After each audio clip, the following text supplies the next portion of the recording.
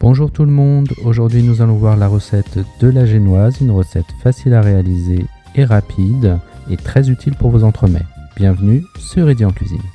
Pour la recette, nous aurons besoin de 8 œufs, 240 g de sucre, 240 g de farine, le zeste d'un citron et optionnel, moi pour ma recette je la colore en violette, donc un peu de colorant et du sirop de violette.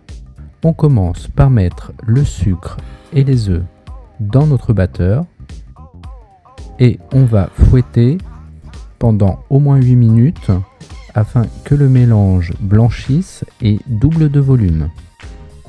Cette étape est primordiale si on veut avoir une génoise bien moelleuse qui aura une bonne texture pour nos gâteaux.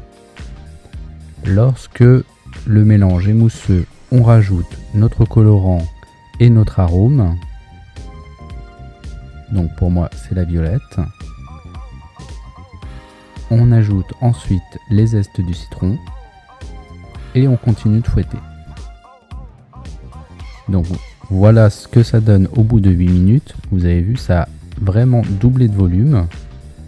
Maintenant on va ajouter la farine tamisée. On peut la mettre en une fois si vous l'avez déjà préalablement tamisée. Moi je la tamise sur mon appareil.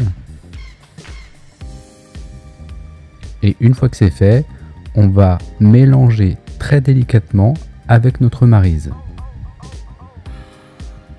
Donc on fait vraiment délicatement pour incorporer la farine au mélange sucre-œuf pour pas brutaliser la pâte et qu'elle garde toute son onctuosité.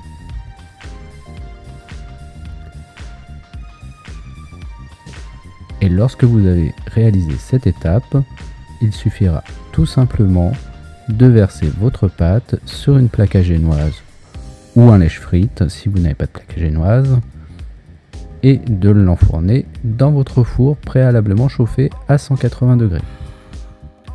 Les quantités indiquées pour cette recette permettent de réaliser 2 plaques de génoise. Donc je divise la pâte en deux pour bien avoir la même quantité sur mes 2 plaques. Je beurre ensuite le moule à génoise, la plaque à génoise, comme ceci, tout simplement. J'oublie pas de bien beurrer les bords et les jointures notamment pour pas que ça colle. Et ensuite, j'y verse ma pâte que j'égalise à la spatule coudée.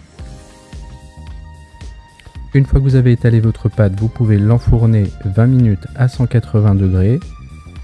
Et vous aurez une génoise bien dorée et moelleuse, parfaite pour vos gâteaux, vos entremets ou toute autre pâtisserie. J'espère que cette recette vous a plu. Je vous dis à bientôt sur Eddy en cuisine pour de nouvelles recettes.